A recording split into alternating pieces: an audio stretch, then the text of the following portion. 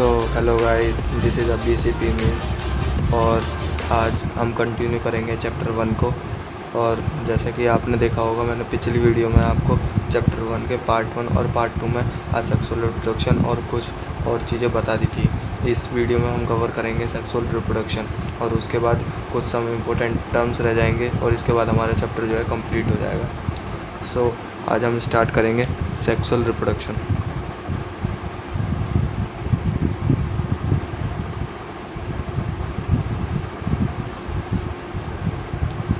तो sexual reproduction, इसके बारे में मैंने आपको थोड़ा सा कल बता दिया था।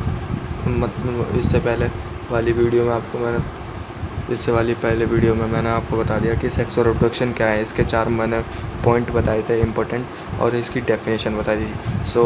और इससे पहले का अगर आपको देखना हो तो टाइप करें यूट्यूब पे बायोलॉजी क्लास 12 चैप्टर 1 और लास्ट में BCP मीन्स ज़रूर लगाएं, तो मेरा आपका पार्ट 1 और पार्ट 2 आ जाएगा। उसको देखने के बाद इस वीडियो को देखें। तो मैं आपको दोबारा से बता देता हूँ कि सेक्सुअल रिप्रोडक्शन में क्या क्या मतलब होता क्या है। तो हमने इसमें 4 मेजर पॉइंट की बात करी थी, जिसमें है कि सेक्सुअल रिप्रोडक्शन में fusion of male and female gamete, इसमें fusion of male and female gamete होता है। और दूसरा पॉइंट कि इसमें जेनेटिक वेरिएशंस आती हैं, जेनेटिक वेरिएशंस, ठीक है। तीसरा पॉइंट था हमारा कि in which 2 parents are involved.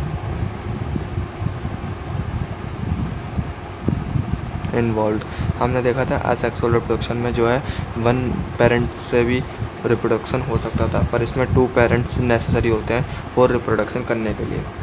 और इसमें जो मेजर कैरेक्टरिस्टिक्स और डिफरेंशिएट करने के लिए पॉइंट है बिटवीन एसेक्सुअल रिप्रोडक्शन और सेक्सुअल रिप्रोडक्शन में, वो है कि in which no clone formations occurs, मतलब इसमें क्लोन फॉर्मेशन ऑकर नहीं बनती नहीं है। अगर आपको देखना है क्लोन तो मेरी पिछली वाली वीडियो में देख लेना।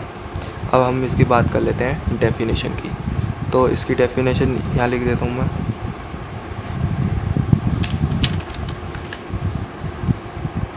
वैन, इसकी डेफिनेशन है कि वैन जब two parents of opposite sex participate in the reproduction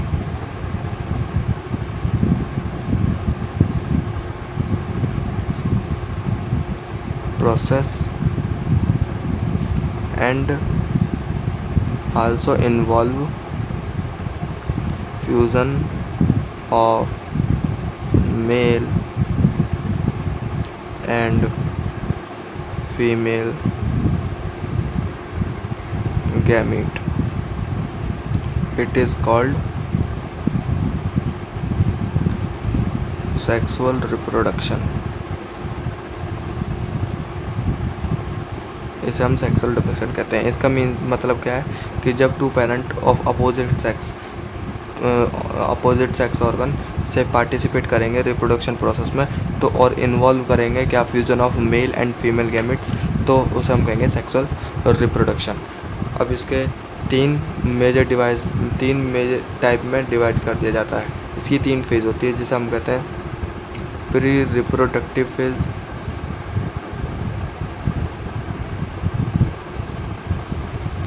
दूसरा reproductive phase,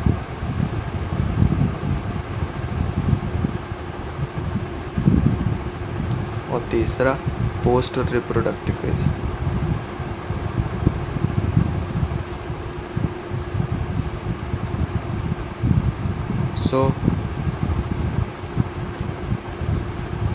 so guys, pre reproductive phase इसका मतलब क्या है? ये वो फेज़ होती है जो हमारी जो मैच्योरिटी होती है रिप्रोडक्शन की, जो फेज़ होती है जिसमें हम रिप्रोडक्शन करते हैं, उससे जस्ट बिफोर वाली जो फेज़ होती है वो होती है हमारी प्री रिप्रोडक्टिव फेज़। तो phase just before of reproductive phase। ठीक है, रिप्रोडक्टिव फेज़ वो होती है जिसमें हम रिप्रोडक्शन करते हैं। तो इन विच रिप्रोडक्शन ऑकर्स, मतलब इसमें रिप्रोडक्शन तो होगा ही इस वाली फेज़ में, और इसमें रिप्रोडक्शन होगा तो नॉन बात है कि गैमेट से ही होगा। तो in which gamete are present and functioning.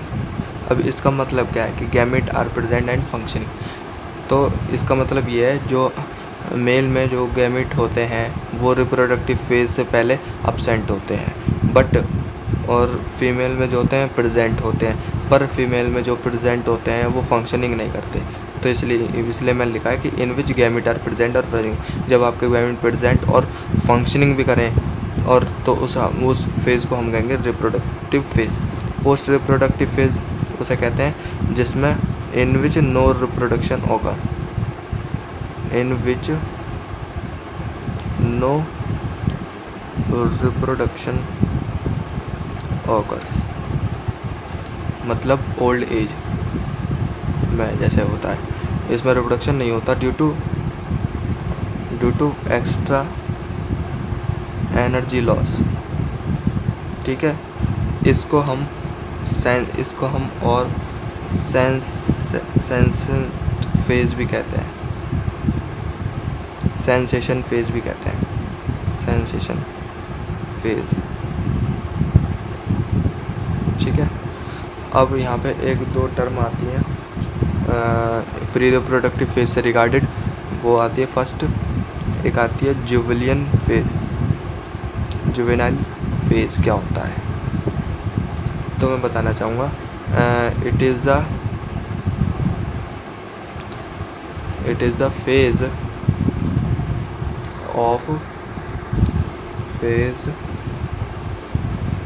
और पीरियड भी कह सकते हैं, इट इज़ द फेज़ या period of growth of an individual organism after its birth and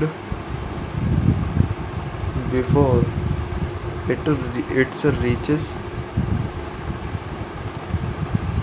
reproductive maturity। मतलब कि जुवेनिल फेज़, और ये जुवेनिल फेज़ ये किस में पाई जाती है, एनिमल्स में।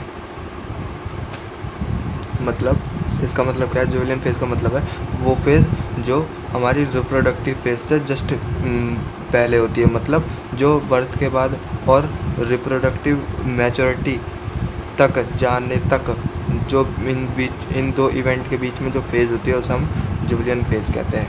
मतलब प्री रिप्रोडक्टिव फेज़ को ही हम जुवेनिल फेज़ कहते हैं, और इस जुवेनिल फेज़ को हम प्री रिप्रोडक्टिव फेज़ भी कह सकते हैं, या प्री रिप्रोडक्टिव फेज़ को जुवेनिल फेज़ भी कह सकते हैं इन एनिमल्स में। और इसे हम इन प्लांट्स में क्या कहेंगे, वेजिटेटिव फेज़। इन प्लांट्स कहेंगे वेजिटेटिव फेज़। ठीक है, वेजिटेटिव फेज़। दोबारा से बता देता हूँ, ये मैंने आपको बताया था सेक्सुअल रिप्रोडक्शन क्या है, ये मैंने इसकी डेफिनेशन है। अब इसके तीन इवेंट्स हैं कि प्री रिप्रोडक्टिव फेज़ क्या होती है, रिप्रोडक्टिव फेज़ क्या होती है, और पोस्ट रिप्रोडक्टिव फेज़ क्या होती है। प्री रिप्रोडक्टिव फेज़ होती है फेज़ जस्ट बिफोर अब रिप्रोडक्टिव फेज़, मतलब हम जब बर्थ लेते हैं और रिप्रोडक्टिव मैच्योरिटी तक पहुंचते हैं तो उतने के बीच में जितनी जो फेज़ होती हैं उसे हम प्री रिप्रोडक्टिव फेज़ कहते हैं। रिप्रोडक्टिव फेज़ वो होती है जब हम मैच्योर हो जाते हैं, जब हम रिप्रोडक्शन कर सकते हैं और गैमेट प्रेजेंट हो और फंक्शनिंग हो। और पोस्ट रिप्रोडक्टिव फेज़ है रिप्रोडक्टिव मैच्योरिटी के बाद, जब हम इसमें रिप्रोडक्शन नहीं होता। क्यों? क्योंकि due to the extra energy loss की वजह से, और इसमें ऑर्गेनिज्म जो है लॉस कर देता है अपनी एबिलिटी टू रिप्रोड्यूस, रिप्रोडक्शन करने के लिए। इसे हम सेंसेशन ये ध्यान रखना, ई है यहाँ पे, सेंसेशन फेज भी कहते हैं, ठीक है। अब जिबलियन फेज मैंने बताया क्या होता है। जिबलियन फेज हम ऑर्गेनिज्म में या एनिमल में प्री रिप्रोडक्टिव फेज को ही हम जिबलियन फेज कहते हैं, ठीक है। और इसकी मैंने यहाँ पे डेफिनेशन लिख दी। और in plants pre reproductive phase को हम वेजिटेटिव फेज कहेंगे, ठीक है। तो अब मैं आगे को आपको बता देता हूँ कि जो ये हमारी सेक्सुअल रिप्रोडक्शन होता है, ये थोड़ा सा क्या होता है, कॉम्प्लेक्स होता है। कॉम्प्लेक्स, ये बात एनसीईआरटी में भी की गई है कि ये कॉम्प्लेक्स एंड स्लो प्रोसेस होता है, slow process as compared to asexual reproduction, as compared to asexual reproduction, ठीक है गाइस। कॉम्प्लेक्स और स्लो प्रोसेस होता है हमारा sexual reproduction to asexual reproduction. But जो ये सेक्सुअल रिप्रोडक्शन होता है, ये हमारे लिए बेटर होता है। तो आपसे कोई कहे कि सेक्सुअल और असेक्सुअल रिप्रोडक्शन में से बेटर कौन सा है, तो सेक्सुअल रिप्रोडक्शन होता है। क्यों? क्योंकि इसमें वेरिएशन आती है, इवोल्यूशन होता है, और वेरिएशन से हम क्या एडेप्टेशन करते हैं। एडेप्टेशन क्या होती है कि बाहर के इन्वायरमेंट के अकॉर्डिंग चेंज हो जाना बॉडी का, ऐसे हम एडेप्टेशन कहते हैं। जब हम में वेरिएशंस आएंगे तभी अडेप्टेशन आएगी, और अडेप्टेशन आएगी तभी हम सर्वाइव कर सकते हैं। तो जिसमें ज़्यादा वेरिएशन वो ज़्यादा सर्वाइव कर पाएगा इन्वायरमेंट के थ्रू, ठीक है। अब इसमें जो है कुछ टर्म्स दी गई हैं प्लांट्स के रिगार्डिंग, जो वो महत्वपूर्ण हैं, तो मैं आपको उन्हें बता देता हूँ। जैसे हमारा पहला है, इसका नाम ये बोर्ड व एग्जामिनेशन में ज़रूर पूछा जाता है, नीला कुरंजी स्ट्रोबिलंथस कुंथियाना। नीला कुरंजी इसका ये दूसरा नाम है, स्ट्रोबिलंथस कुंथियाना। काफ़ी लंबा नाम है, बट ये बहुत इम्पोर्टेंट है बोर्ड एग्जामिनेशन से। इसकी क्या इम्पोर्टेंस है? इसकी इम्पोर्टेंस ये है कि ये इट फ्लावर्स ओकर्स, मतलब ये फ्लावर करता है ओनली इन 12 ईयर्स, मतलब 12 साल में इसका एक बार फूल जो है खिलता है, और ये ब्लू कलर का होता है, ठीक है। तो it flower occurs only in about 12 years. ये क्यों ज़रूरी है? क्योंकि एनसीईआरटी में लिखा है और हमारे बोर्ड एग्जामिनेशन में पूछा जा सकता है। और ये it is a blue colour, it is of a blue colour. Guys आप मेरे साथ नोट्स बनाते चाहिए और इनको रिवाइज करते चलिए। और प्लेस ये कहाँ पाया गया है, तो केरला, कर्नाटका, तमिलनाडु, ये 3 जगह थी जहाँ पे ये पाया गया, तमिलनाडु। और लास्ट केरला, कर्नाटका, तमिलनाडु, और जहाँ मतलब इसका जो लास्ट ईयर है जहाँ जिसमें ये फ्लावर हुआ है, वो था हमारा 2006, यहाँ पे लिख देता हूँ 2006 सितंबर से अक्टूबर के मंथ में हुआ था ये। 2006 में सितंबर से, दिख रहा है गाइस आपको? हाँ दिख रहा है। 2006 में सितंबर और अक्टूबर के मंथ में हुआ था ये, तो ये आपको ध्यान रखना है। दूसरा टर्म आता है हमारा बैम्बू स्पीसीज के बारे में। सो गाइस दूसरा आता है पॉइंट बैम्बू। बैम्बू मतलब बांस, बैम्बू। इसका क्या इम्पोर्टेंस है कि ये it flowers occurs once in life, once in life. Approximate इसका जो होता है वो होता है 50 से 100 ईयर्स अप्रॉक्सीमेट, ठीक है। तो 50 से 100 ईयर्स ये पूछा जाता है बोर्ड एग्जामिनेशन में, 1 नंबर या 2 मार्क्स में पूछा जा सकता है। और ये क्या करता है, it give large number of fruits और एंड डाई, मतलब ये लार्ज नंबर ऑफ फ्रूट देता है, कई सारे फ्रूट देता है और फिर मर जाता है। तो ये हो गया, ठीक है। अब यहाँ पे जो है बात करी गई है, आपको ये बता देता हूँ 3 प्लांट के बारे में। एनुअल, बाइनियल और पेराइनियल।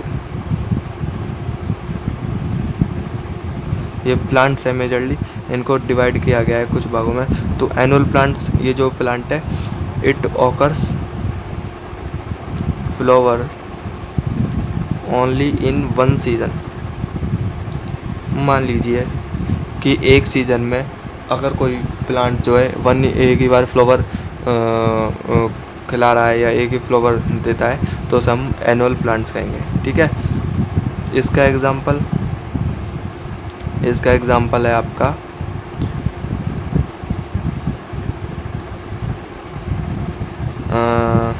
एक second,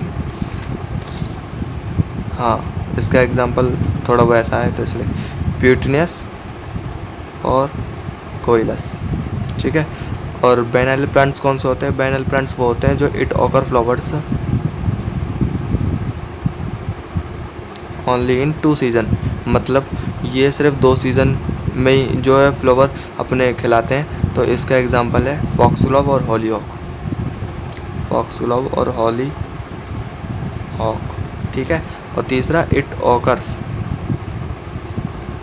flowers in many season, ये मतलब जो है इन कई सीज़नों में फूल खिलाते हैं, उन्हें हम कहते हैं पेराइनल प्लांट्स। ठीक है, और इसका एग्जांपल है रोडोडेंड्रॉन्स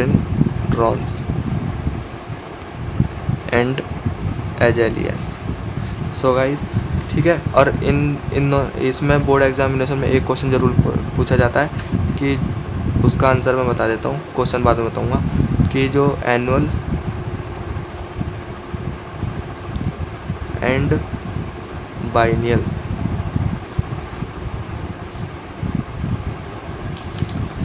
ये जो प्लांट्स होते हैं, ये हैव अ क्लियर कट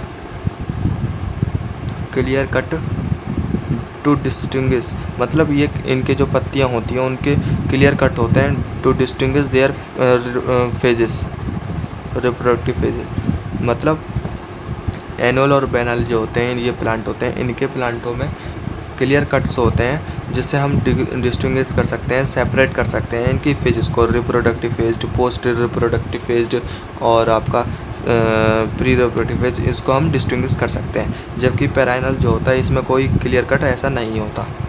ठीक है, तो ये एक इम्पोर्टेंट डिफरेंस है इन दोनों के बीच। तो दे हैव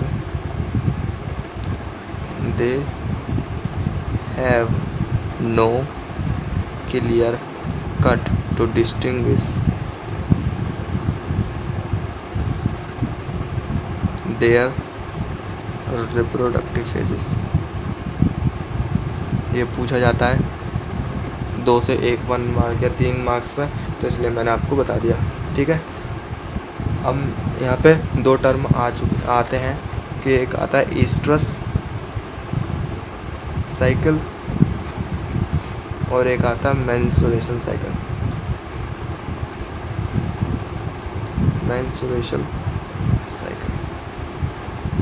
ठीक है, इसमें मेजरली डिफरेंस पूछा जाता है, तो सीधे मैं वही बता दे रहा हूँ, आपको इतना तो पता ही होगा। मेंस्ट्रुएशन साइकिल जो होती है वो फीमेल्स में होती है, ह्यूमंस में, और ईस्ट्रस साइकिल जो होती है वो होती है हमारे एनिमल्स में। ठीक है, तो यहाँ पे लिख देता हूँ डिफरेंस, मेजरली डिफरेंस आता है 3 मार्क्स का, इसमें डिफरेंस आता है, या 2 मार्क्स का, लेकिन ये पक्का आता है फर्स्ट टर्म में। तो इसमें पहले पॉइंट ये है कि menstruation cycle it occurs in primates. Primates क्या होता है? प्राइमेट्स का मतलब होता है कि इंसानों के पूर्वज, मतलब इट ऑकर्स इन प्राइमेट्स, जैसे एप, मंकी, ये सब क्या है? प्राइमेट्स, और इन्हें हम एंसेस्टर भी कहते हैं। ठीक है, और इट ऑकर्स इन डॉग और आपका काव, बफेलो, ये सब इनमें होती है ईस्ट्रस साइकिल। ठीक है, दूसरा पॉइंट ये है इन विच ब्लीडिंग होकर, इसमें ब्लीडिंग होती है, और इन विच नो ब्लीडिंग होकर, इसमें कोई ब्लीडिंग नहीं होती, इन विच नो ब्लीडिंग होकर।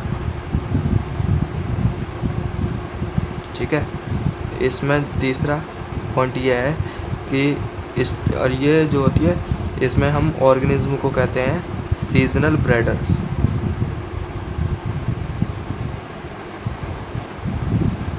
सीजनल ब्रीडर्स का मतलब है कि जो इसमें ऑर्गेनिज्म की जो ईस्टर साइकिल्स होती है वो सीज़न टू सीज़न वेरी करती है, और इसमें organism are said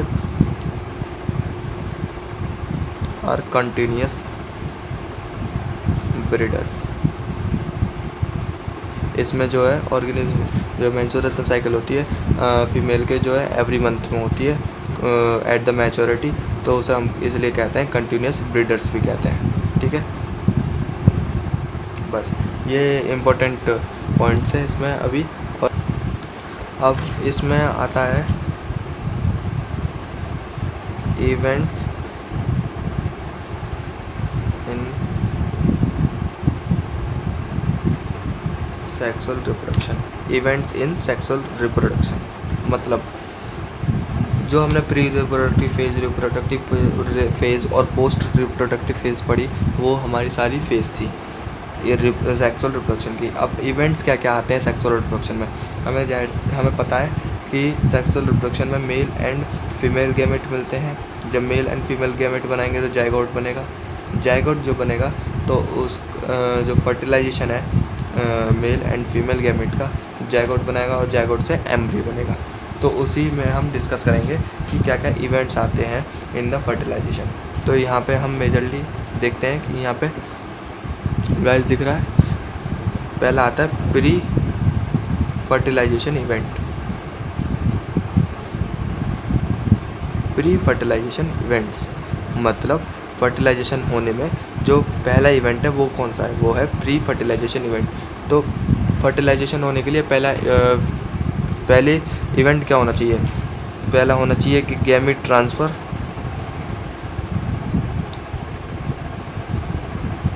gamete transfer होना चाहिए और गैमेट प्रेजेंट भी होना चाहिए।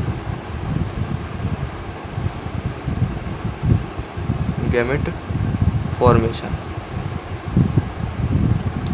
तभी तो हम रिप्रोडक्शन कर पाएंगे, तभी तो फर्टिलाइजेशन होगा। तो गैमेट ट्रांसफ़र और गैमेट फॉर्मेशन तो हम जानते हैं। मैं नेक्स्ट पेज पे आपको बताता हूँ। तो यहाँ पे गैमेट ट्रांसफ़र और गैमेट फॉर्मेशन, यहाँ पे हम देखते हैं गैमेटोजेनेसिस क्या होता है। गैमेटोजेनेसिस ये प्री फर्टिलाइजेशन इवेंट ही चल रहा है। गैमेटोजेनेसिस होता है formation of gametes, gamete are called gametogenesis. ठीक है, गैमेटोजेनेसिस। अब गैमेट जो होता है वो ह्यूमन में जो होता है वो हैप्लॉइड होता है, और प्लांट्स में भी हैप्लॉइड ही होता है। ठीक है, असेक्सुअल रिप्रोडक्शन में हमने देखा था कि अगर हैप्लॉइड कोई पेरेंट है तो हैप्लॉइड पेरेंट है, उसका जो प्लॉइडी होगी वो एन होगी, और उसमें मिटोसिस हो रही थी और वो एन हैप्लॉइडिक गैमेट बना रहा था। ठीक है, अब हम इसमें और क्या कहते हैं, अब देखेंगे हम सेक्सुअल रिप्रोडक्शन में कि हमारी जो डिप्लॉइड बॉडी होती है, जैसे हमारी जो बॉडी है वो तो डिप्लॉइड ही होगी। 2n क्रोमोसोम्स होते हैं, ये तो आपने 10th क्लास में पढ़ा होगा। 2n क्रोमोसोम, बॉडी में 2n होता है, और इसमें मियोसिस होएगी जिसे हम रिडक्शनल डिवीज़न भी कहते हैं, और n गैमेट बन जाएंगे, मतलब हैप्लॉइड। ठीक है, तो जो सेक्सुअल रिप्रोडक्शन होता है हमारा, सेक्सुअल रिप्रोडक्शन गैमेटोजेनेसिस से इंटरलिंक्ड होता है। मतलब अगर गैमेटोजेनेसिस ही नहीं होगा तो सेक्सुअल रिप्रोडक्शन नहीं होगा। मतलब गैमेट फॉर्मेशन ही नहीं होगी तो गैमेट से ही तो सेक्सुअल रिप्रोडक्शन होता है। जब गैमेट ही नहीं होंगे तो सेक्सुअल रिप्रोडक्शन किससे होगा? तो इंटरलिंक्ड विद मियोसिस। और अगर हमें डिप्लॉइड से हैप्लॉइड गैमेट बनाना है तो मियोसिस तो ज़रूर करनी पड़ेगी, जो होता है रिडक्शनल डिवीजन। ठीक है, दूसरी बात आती है गैमेट ट्रांसफ़र। इसका मतलब क्या है? गैमेट ट्रांसफ़र, यहाँ पे हम बात करें एंजियोस्पर्म की। एंजियोस्पर्म गाइस आपको ध्यान है, एंजियोस्पर्म, जिम्नोस्पर्म, टेरिडोफाइट्स, ब्रायोफाइट्स, ये सब क्लास 11th में है। एंजियोस्पर्म में जो होता है हमारा सीड के ऊपर सीड कोट नहीं होता है, सीड कोट होता है, जिम्नोस्पर्म में जो है नहीं होता। तो इसमें बात कही है गैमेट ट्रांसफ़र की। गैमेट ट्रांसफ़र से यहाँ मतलब है कि अगर अब हमने गैमेट बना लिया, पर अगर हमें गैमेट ट्रांसफ़र करना हो तो जैसे कुछ प्लांट्स होते हैं जिसमें हम पोलन ग्रेन से पढ़ेंगे, वो सेकंड चैप्टर में करेंगे, मैं आने वाली वीडियो में आपको बता दूंगा कि जैसे कोई प्लांट्स होता है, जैसे ये हमारा प्लांट है तो उसमें एक एंथर होता है जिसमें इतने इतने से स्पोर होते हैं, जिसे हम कहते हैं पोलन ग्रेन। ये जाते हैं दूसरे प्लांट पर और उसकी जो स्टिग्मा होती है वहाँ पे जाके अटैच हो जाते हैं और यहाँ से ये फर्टिलाइज हो जाते हैं फीमेल पार्ट से और फ्रूट हमारा अपीयर हो जाता है। तो यहाँ से यहाँ तक ट्रांसफ़र करने के लिए कुछ मीडियम चाहिए, कुछ इवेंट चाहिए, कुछ ट्रांसपोर्टिंग हेल्प चाहिए जो इसे ट्रांसफ़र करते हो, तो उसे ही हम कहते हैं गैमेट ट्रांसफ़र। ठीक है, तो इसमें हम कह सकते हैं कि transfer of male gamete to female gamete, तो उसे हम कह सकते हैं गैमेट ट्रांसफ़र। ठीक है, गैमेट ट्रांसफ़र जैसे अब हम यहाँ से एक वन प्लांट टू दूसरे प्लांट से जाना हो तो गैमेट जो होता है जनरली वो एयर से जाते हैं, मतलब हवा से जाते हैं उड़ के उनके साथ, और वाटर से जाते हैं, पानी के साथ भी जाते हैं। लेकिन इसमें एक्सेप्शन है किसका? एल्गाई एंड फंगस का, एल्गाई एंड फंगाई का। इसमें जो होते हैं मोटाइल गैमेट होते हैं, मोटाइल गैमेट, मतलब इन्हें एक्सटर्नल सोर्स की ज़रूरत ही नहीं पड़ती, ये मोटाइल गैमेट होते हैं। ठीक है, और आपने देखा होगा प्लांट में जो मेल होता है वो होता है मोटाइल जनरली, और फीमेल जो होती है वो मोटाइल नहीं होती, तो नॉन मोटाइल। ठीक है, अब यहाँ पे हम बात करते हैं कि अगर क्वेश्चन आ जाए कि ब्रायोफाइट जो सेक्सुअल रिप्रोडक्शन होता है ब्रायोफाइट में नहीं होता, क्योंकि due to the unfavourable condition. Question आ सकता है कि sexual reproduction do not occurs, ये क्वेश्चन आया था बोर्ड एग्जामिनेशन में, इसलिए मैं बता रहा हूँ। Do not occurs in bryophytes, Y?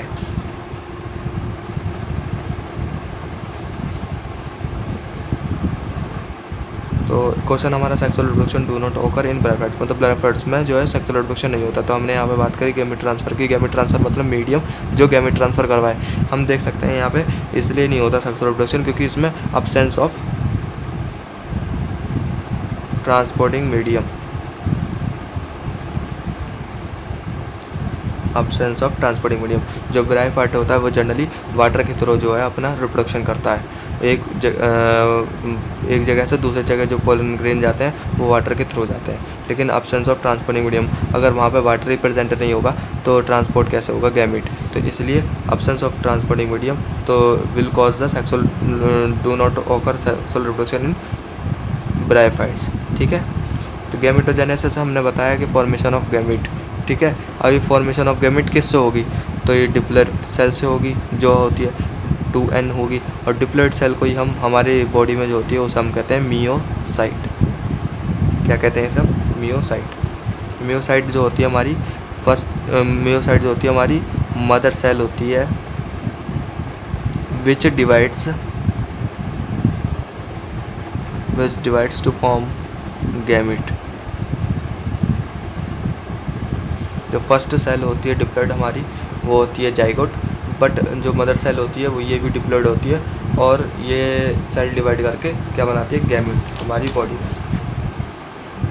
ठीक है गाइज, अब एक क्वेश्चन है जनरली कि हमारे मतलब कोई प्लांट है जिसके क्रोमोसोम है 90,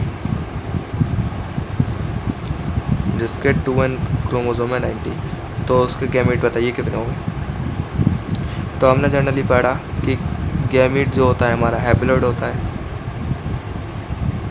मतलब 2n का n, तो इसके मतलब आधे, तो यहाँ पे हमारा 45 आ गया। ठीक है, अब यहाँ पे हम इसकी डिटेल में बात करते हैं गैमीट ट्रांसफ़र कैसे होता है। तो इसके दो मीडियम होते हैं, दो टाइप्स होते हैं गैमीट ट्रांसफ़र के, दो। ये बोर्ड एग्जामिनेशन बहुत बार पूछा गया है। पहला है सेल्फ और दूसरा है क्रॉस। सेल्फ का मतलब है कि ये हमारा कोई प्लांट है, ठीक है, ये इसका फ्लावर और ये इसका फ्लावर, ठीक है। मान लीजिए ये इसका पोलन ग्रेन इसी के दूसरे फ्लावर में आके और इसकी कार्पल या पिस्टिल से, जो कार्पल और पिस्टिल होता है ये हमारा फीमेल पार्ट होता है प्लांट का, जो कार्पल पिस्टिल है उस पे जाके यहाँ पे अटैच हो गया। अब अटैच हो गया तो मतलब यहाँ पे फर्टिलाइजेशन हो गया। फर्टिलाइजेशन हो गया तो मतलब एक ही प्लांट पे अगर फर्टिलाइजेशन हो रहा है तो उसे हम कहेंगे सेल्फ। और क्रॉस में ये हमारे कोई 2 प्लांट्स हैं और ये इनके फ्लावर है, मान लीजिए ये इनके फ्लावर है, इसका पोलन ग्रेन और यहाँ पे उड़ के यहाँ पे आ गया, तो इसका मतलब ये क्रॉस पॉलिनेशन हुआ। ठीक है, पॉलिनेशन क्या होता है? Transfer of pollen grain anthers to stigma. ये मैं आपको चैप्टर 2 में डिटेल में बताऊंगा कि पॉलिनेशन क्या होता है।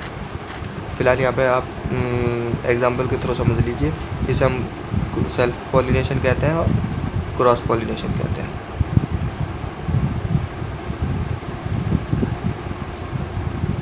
सो गाइस, इसके जो 2 और टाइप्स हैं वो मैं आपको सेकंड चैप्टर में बताऊंगा। इसके कुछ एग्जांपल बता देता हूँ, जैसे कॉर्न और सनफ्लावर, और इसका एग्जांपल है स्क्वैश और ऑनियंस।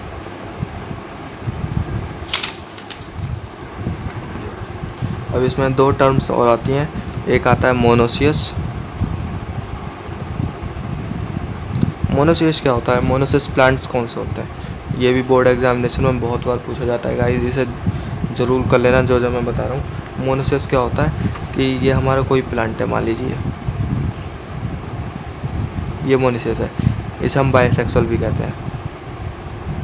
बाइसेक्सुअल, यहाँ पे ही फीमेल का फ्लावर आ रहा है और यहीं पे मेल का फ्लावर आ रहा है। एक ही प्लांट्स पे फीमेल और मेल दोनों फ्लावर एक ही प्लांट बॉडी पे आ जाए तो उसे हम कहते हैं मोनोसियस प्लांट्स। ठीक है, तो those plants in which the male and female flowers are present on a single body of plant। ठीक है, तो उसे हम कहते हैं मोनोसियस। इसका एग्जांपल बोर्ड एग्जामिनेशन में 2 नंबर्स में बहुत बार आता है। इसका एग्जांपल है चारा, ये सब प्लांट के नाम है। चारा, चिरियांटा, कोकोनट, मेज, मर्चेंटिया।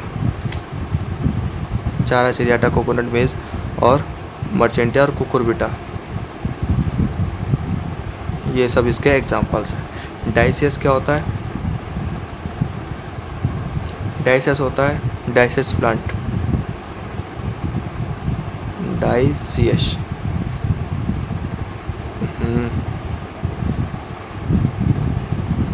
एक सेकेंड, इसकी स्पेलिंग कन्फ्यूज़न हो गई मेरे को। हाँ, डी IOCCOUS, हाँ, ये डाइसियस। इसे हम क्या कहते हैं? यूनिसेक्सुअल। और इसे हम हेट्रोथैलिक भी कहते हैं गाइस, हेट्रोथैलिक। और इसे हम कहते हैं होमोथैलिक। ये मैं लिखना भूल गया था, इसे ज़रूर पढ़ लेना, हेट्रोथैलिक और होमोथैलिक। डाइसियस का मतलब है कि ये हमारी कोई प्लांट है, ठीक है, ये हमारा कोई प्लांट है, इस पे ये 2 प्लांट है हमारे कोई,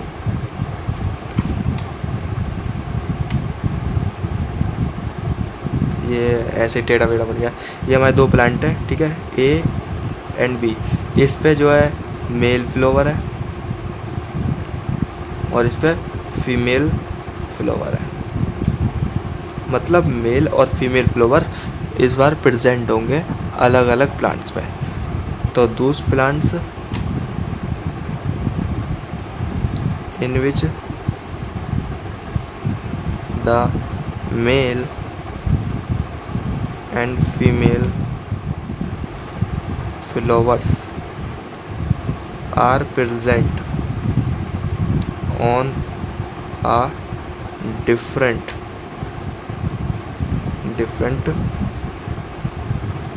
plant bodies। इसका एग्जांपल है पपाया और डेट पाल्म। अब यहाँ पे क्वेश्चन आता है, एक क्वेश्चन आता है यहाँ पे कि जो पपाया है वो मतलब पपाया हम हर प्लांट पे होता है। यहाँ पे लिख देता हूँ मैं क्वेश्चन को एक बार, why all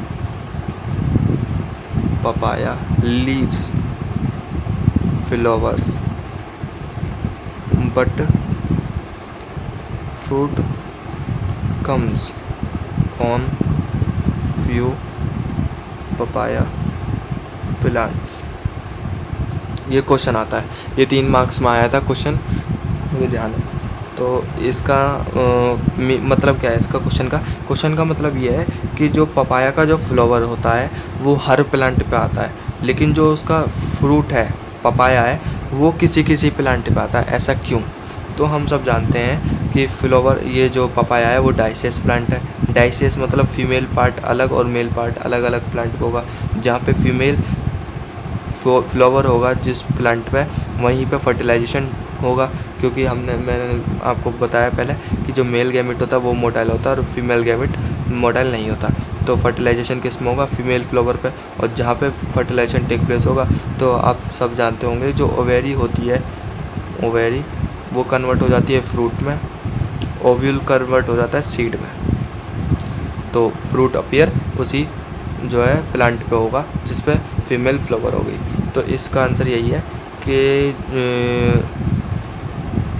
papaya is a dioecious plant, hence male and female flower are bear on different plants, resulting the fertilization takes place in only female flower plant, and hence the papaya will be appear on female flower plant. ठीक है, तो female flower parts जो flower है वो plant पे papaya आ जाएगा। तो भाई यहीं पे जो है प्री फर्टिलाइजेशन इवेंट जो है हमारा ये जो है ख़त्म होता है। अब यहाँ से आता है हमारा फर्टिलाइजेशन इवेंट। ठीक है, फर्टिलाइजेशन इवेंट में क्या आता है, यहाँ पे लिख दूँ गाइस, दिख रहा है फर्टिलाइजेशन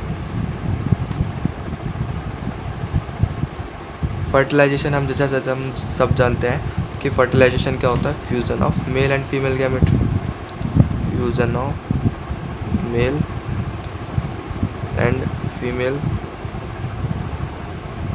गैमेट।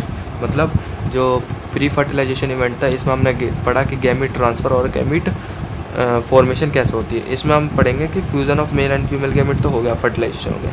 इसमें एक स्पेशल केस आता है, वो आता है पारिथनोजेनेसिस, जो बोर्ड एग्जामिनेशन से बहुत इम्पोर्टेंट है, बहुत। तो पारिथोजेनेसिस इसमें क्या होता है, जो फर्टिलाइजेशन होता है without the fusion of gamete होता है। मतलब जैसे मोड ऑफ रिप्रोडक्शन हम देखें,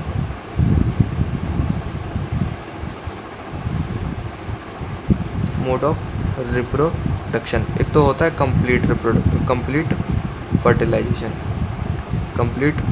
फर्टिलाइजेशन, जिसमें होता है क्या, fusion of male and female gamete, तो उसे हम कहेंगे कंप्लीट फर्टिलाइजेशन। एक होता है पारिथेनोजेनेसिस, मतलब इसमें जो फर्टिलाइजेशन टेक प्लेस होता है without the fusion of gamete. मतलब इसकी प्रॉपर डेफिनेशन क्या है कि द फीमेल गैमेट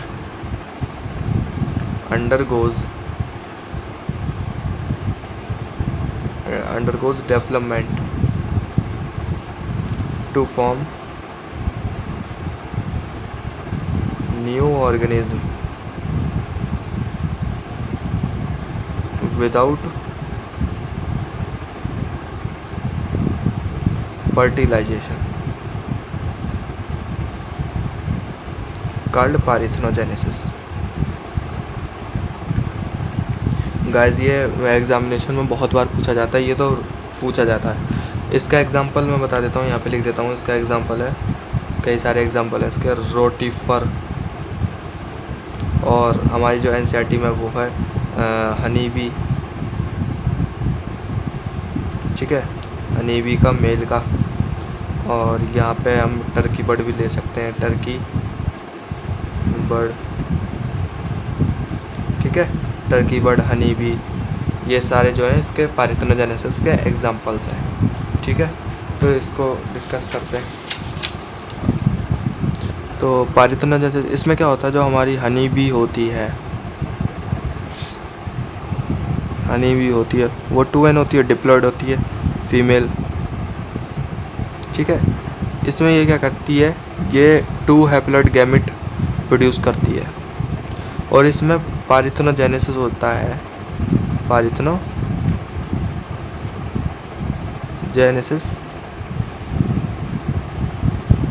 होता है। तो ये क्या होता है, ये कन्वर्ट हो जाता है, ये मल्टीपल करके पारिथेनोजेनेसिस होके ये बन जाता है ड्रोन मतलब मेल हनी बी। और ये एन गैमेट ही रहता है, और ये इससे फ्यूज़ होके ये मेल हनी बी होती है, ये डिप्लॉयड गैमेट होता है इसका, और यहाँ पे फीमेल दोबारा बन जाती है, फीमेल हनी बी जो होती है 2n। यहाँ पे हमने देखा कि अकेले हैप्लॉइड गैमेट से विदाउट फ्यूज़न ऑफ गैमेट, पर यहाँ पे हमारा जो है मेल हनी बी बन गया, इसलिए इस स्पेशल को केस को हम पारिथेनोजेनेसिस प्रोसेस में इंक्लूड करते हैं, ठीक है। तो इसमें 2 आती हैं, वैसे ये पूछा जाता नहीं है कि क्वीन बी और वर्कर बी, इनमें डिफरेंस क्या होता है। तो क्वीन बी में हम देखें डिफरेंस जो होता है हमारा, ये क्वीन बी जो होती है लार्ज इन साइज़ होती है, ये होती है स्मॉल इन साइज़। जो क्वीन बी होती है ये फर्टाइल होती है, ये मतलब रिप्रोडक्शन कर सकती है, और ये रिप्रोडक्शन नहीं कर सकती, तो ये स्टेराइल होती है। ये फर्टाइल क्यों होती है, due to intake of royal jelly,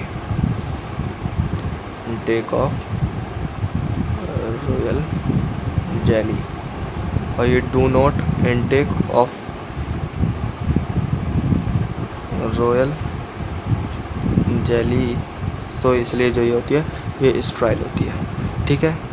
ये इसमें मेजर डिफरेंस था क्वीन बी और वर्कर बी में। अब यहाँ पे हम गैमेट के मैं यहाँ पे अब बता देता हूँ, जो हमारा गैमेट होते हैं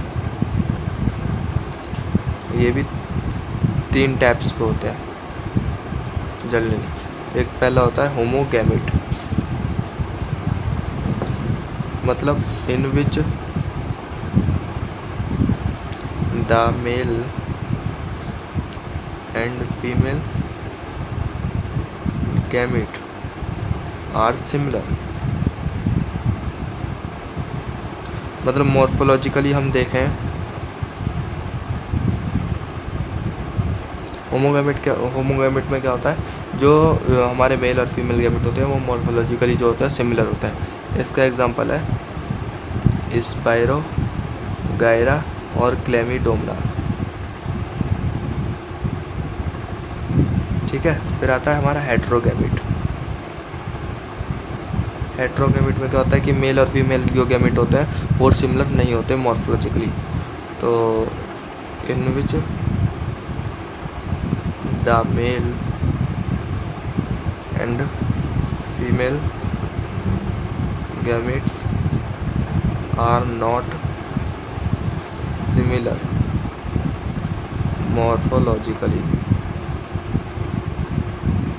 ठीक है, उसे हम हेट्रोगैमेट भी कहते हैं। इसका एग्जांपल जैसे ह्यूमन में देखें हम तो मेल में होता है स्पर्म और फीमेल में होता है जो ओवम। ये हेट्रोगैमेट के एग्जांपल है। ठीक है, अब आता है oogamete, मतलब in which the male gamete are motile and female gamete are non motile. इसमें oogamete में क्या होता है, जो हमारा मेल गैमेट होता है वो मोटाइल होता है और फीमेल गैमेट होता है वो नॉन मोटाइल होता है। इसका एग्जांपल है हमारा वॉल्वॉक्स और फ्यूकस। ये एग्जांपल है हेट्रोगैमेट का। ठीक है, और इसका एग्जांपल तो गाइज अब मैं यहाँ से आगे बता देता हूँ। अब यहाँ पे हमारा जो है फर्टिलाइजेशन ख़त्म होता है। यहाँ पे अब हम तीसरा स्टार्ट करने जा रहे हैं, पोस्ट फर्टिलाइजेशन। सो गाइज यहाँ पे हमारा आता था पोस्ट फर्टिलाइजेशन इवेंट। गाइज मैं आपको एक मेजर डिफरेंस और बताना चाहूँगा between the external fertilization and internal fertilization. ये हमारा फर्टिलाइजेशन इवेंट में ही आता है, जो हमारा इससे हमने पहले फर्टिलाइजेशन इवेंट पढ़ा उसमें ही आता है। ये बस मैं भूल गया। एक्सटर्नल फर्टिलाइजेशन मतलब fertilization take place the outside of the body. कुछ ऑर्गेनिज्म होते हैं जिनमें फर्टिलाइजेशन जो होता है वो आउटसाइड द बॉडी होता है। जैसे हमारा फ्रॉग जो होता है अपना पानी में जो है बाहर एग दे देता है और फीमेल आती है उस पर भी एग दे देती है और जब जाके फर्टिलाइजेशन जो होता है वो आउटसाइड द बॉडी होता है। और इंटरनल फर्टिलाइजेशन जो होता है इनसाइड बॉडी। जैसे हमारा ह्यूमन में जो फर्टिलाइजेशन होता है फीमेल में जो होता है फर्टिलाइजेशन होता है वो इंटरनली होता है फैलोपियन ट्यूब में। तो यहाँ पे हम मेजर डिफरेंस लिख देंगे कि एक्सटर्नल फर्टिलाइजेशन, तो fertilization takes place outside the body,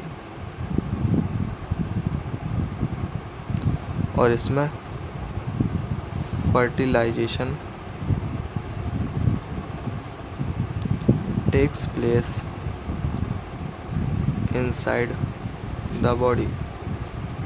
इसमें जो फर्टिलाइजेशन टेक प्लेस होता है वो इनसाइड द बॉडी होता है। दूसरा, अब जब फर्टिलाइजेशन जो आउटसाइड होगा उसमें जो है प्रोटेक्शन नहीं होगी। प्रोटेक्शन मतलब मान लीजिए कोई और दूसरा ऑर्गेनिज्म उसे आके खा सकता है।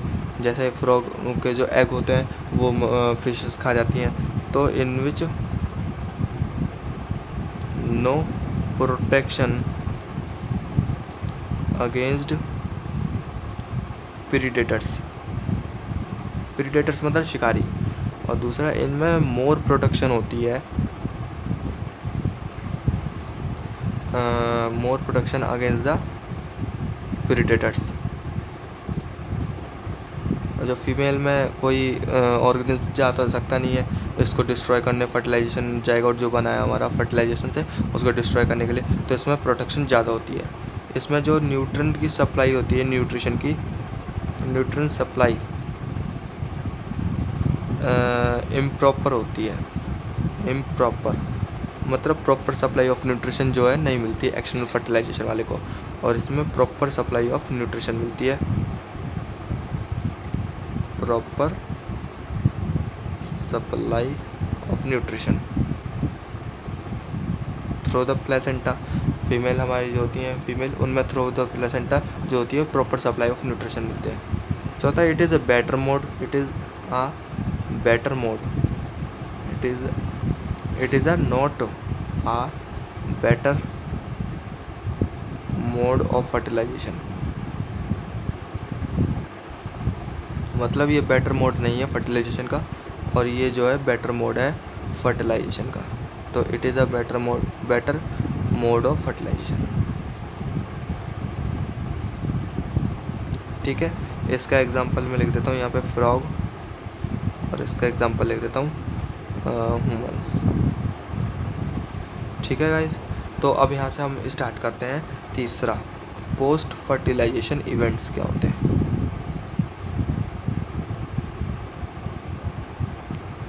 तो हम जनरली हमने पढ़ा प्री फर्टिलाइजेशन इवेंट जिसमें गैमेट ट्रांसफ़र, गैमेट फॉर्मेशन था। फर्टिलाइजेशन जिसमें हमारा फर्टिलाइजेशन होगा, फ्यूज़न होगा। अब वो आता है post fertilization event. Post fertilization event में क्या होगा, जाइगोट बनेगा, सीधी सी बात है। जब हमारा फर्टिलाइजेशन इवेंट ख़त्म होने के बाद तो पोस्ट फर्टिलाइजेशन इवेंट पे जाइगोट ही बनेगा। तो अब जाइगोट जो होता है, जाइगोट की हम इसमें बात करते हैं। जाइगोट क्या होता है, इट इज़ कह सकते हैं the fusion of male and female gamete similarly. अब इसमें हम देखते हैं जो जाइगोट होता है हमारा, zygote is vital link that ensure the next generation. मतलब इस लाइन का मतलब क्या है, जो जाइगोट होता है वो वाइटल लिंक होता है between the generation to generation, जो वन जनरेशन टू दूसरे जनरेशन में जो है ऑर्गेनिज्म को ट्रांसफ़र करता है। और ये बहुत महत्वपूर्ण जो होता है मीडियम होता है one generation to another generation. अब जाइगोट की हम बात करें तो ये कभी कभी अपने आप को रेस्ट करने के लिए ये जाइगोट जो है डेवलप कर देता है थिक वॉल को अपने अराउंड। तो zygotes develops thick wall from resistance पाने के लिए फ्रॉम डेसिकेशन एंड डैमेज। जैसे हमने यहाँ पे पढ़ा फ्रॉग जिसका जाइगोट बाहर बना होगा, तो ये अपने चारों तरफ जो है एक थिक वॉल बना लेगा रेजिस्टेंस पाने के लिए फ्रॉम डेसिकेशन एंड डैमेज। मान लीजिए कहीं किसी से टकरा गया तो इससे डैमेज पाने से रेजिस्ट करने के लिए, रोकने के लिए वो अपने अराउंड जो है थिक वॉल बना लेता है। तो जाइगोट जो है थिक वॉल भी बना लेता है। इसमें आखिरी टॉपिक ये आता है कि एक आता है एक्सटर्नल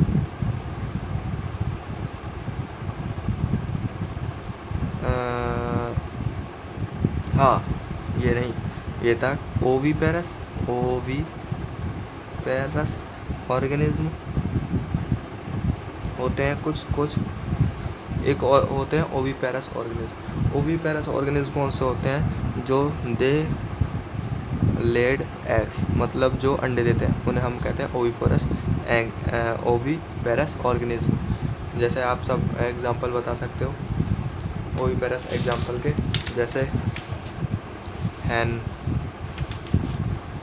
पीकॉक और बताइए, हैन है, पीकॉक है और डक है। ये सारे एग्जांपल हैं किसके, ओवीपेरस के। हाँ, और इसमें हम देखते हैं कि जो एग होता है वो कवर्ड होता है एक हार्ड कैल्शियस सेल। जो हमारा एग होता है वो हार्ड एक कवरिंग से कवर्ड होता है, उसे हम कहते हैं हार्ड कैल्शियस सेल्स, जो कि कैल्शियम की बनी होती है। और एक होता है हमारा विविपेरस ऑर्गेनिज्म। तो विविपेरस ऑर्गेनिज्म होते हैं they give birth to new offspring या ऑर्गेनिज्म। मतलब इसमें जो होता है हमारा न्यू ऑर्गेनिज्म जो होता है एज अ बर्थ प्रोड्यूस्ड होता है, ठीक है, आफ्टर फर्टिलाइजेशन। तो इसका एग्जांपल है हमारा मैमल्स और ह्यूमन, जो मैमल्स और ह्यूमन्स में आते हैं। एक आता है ओवो वीवी पेरस। इसमें क्या होता है, ये दोनों का होता है कि मतलब ये देती हैं दे लेड एग, और जब एग दे देती हैं तो पहले क्या होता है, ये बर्थ देती हैं फिर एग में कन्वर्ट हो जाता है। इसका एग्जांपल है वेल। मतलब पहले जो है ऑर्गेनिज्म होता है वो एग के रूप में निकलता है और फिर उसमें से बाय बर्थ बेबी निकलता है, तो ये ओविपेरस है। इसका एग्जांपल है वेल और बास्किंग शार्क, ठीक है, और रैटल स्नेक्स, सो गाइज यहाँ पे जो है हमारा ये चैप्टर 1 जो है कंप्लीट फिनिश होता है। और आप इसे जो है नोट्स बना लेना, जो मैं ये आपको पढ़ाया है इसके आप नोट्स बना के और अच्छे से रिवाइज़ करिए। तो गाइज मैं आपको बता रहा हूँ, आपको बोर्ड एग्जामिनेशन में आपको फुल मार्क्स दिला सकता हूँ इन नोट्स से, बस आप समझिए। और अगर मेरे को आपको कुछ गलती लगती है मुझसे अगर मतलब मेरे पढ़ाने का ढंग अच्छा नहीं लगता या कुछ लगते तो आप कमेंट बॉक्स में ज़रूर बताएं, जिससे मैं अपनी गलती को सुधार सकूं। सो पसंद आया हो तो like share and comment and subscribe my channel, ठीक है, और press the bell icon for latest videos, ठीक है। So guys take care and bye bye.